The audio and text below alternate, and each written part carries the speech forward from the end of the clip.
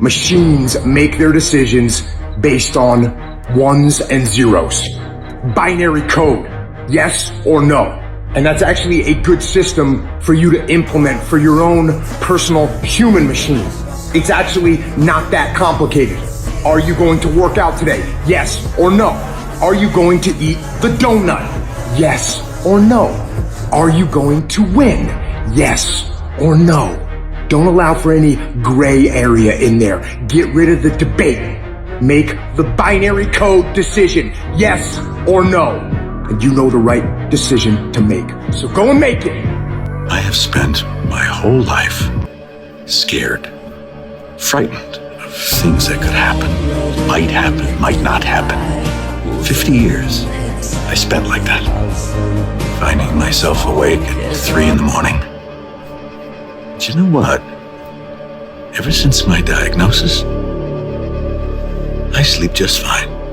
I came to realize it's that fear, that's the real enemy.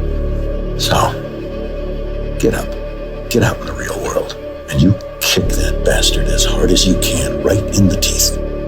You meet a family that is wealthy. Somewhere back in their lineage, generationally, they weren't. And then something happens. The one shows up. In every family, there's the one. And that one changes that family forever. In my family, I'm the one.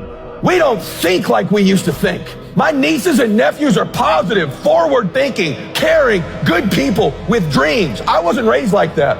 I'm the one. I'm the one who made the calls late at night. I'm the one who drove hours and hours for people to say no. I'm the one who dealt with the heat. I'm the one who typed all the emails. I'm the one who returned all the messages. I'm the one that dealt with all the stress and the strife and the cancellations and the back talking and the people who didn't keep their word to me and the difficult times. I'm the one who lost sleep at night. I'm the one who got up early. I'm the one who carried the emotional burden of winning, just like you are. You're the one. You gotta shut off technology.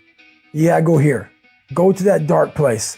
I call it the dark room, where you're alone. No cell phones, no music, no TVs, no computers. You by yourself. Very few people want to be alone anymore. They want to be around noise and people, and you can't think.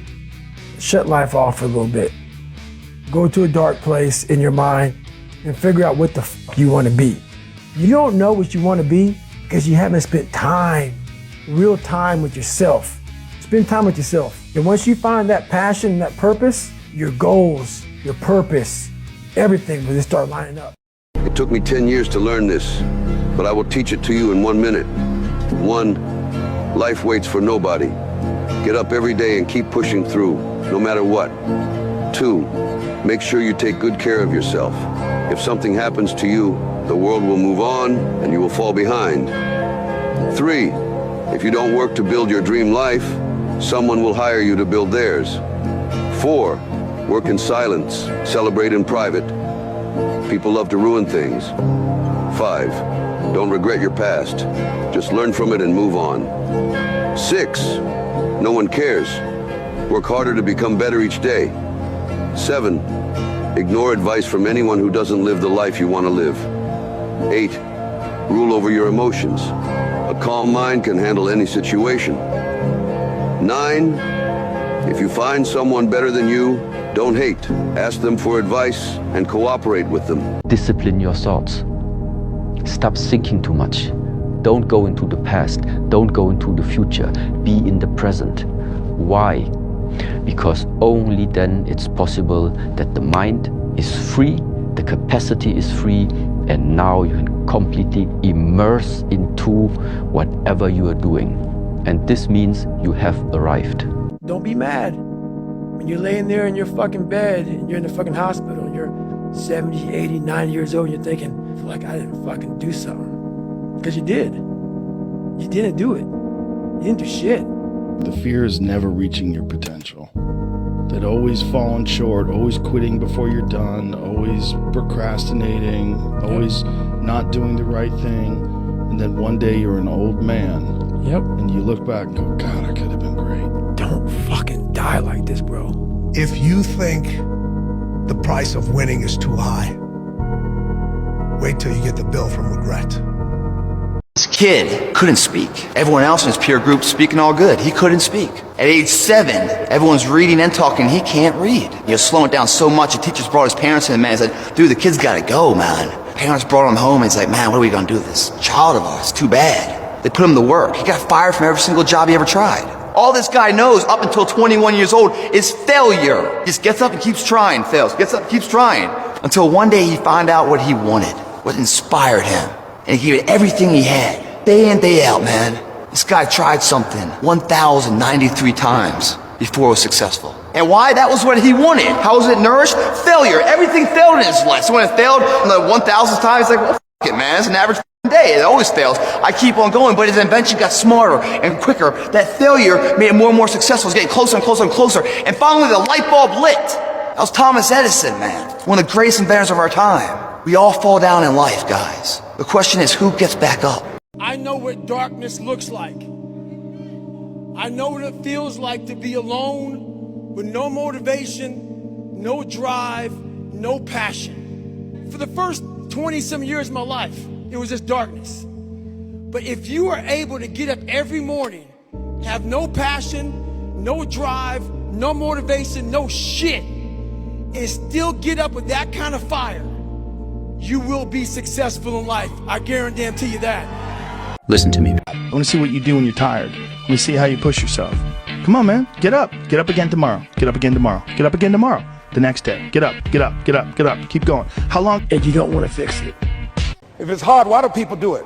You ask people who do things. People who climb mountains just for the sake of it. Nobody paying them to do it. Just do it. Somebody said, I'm going to run around the world. You said, well, why would somebody want to do that? I'm going to swim the Atlantic Channel. Why? The people who go after that stuff, what makes it worth it?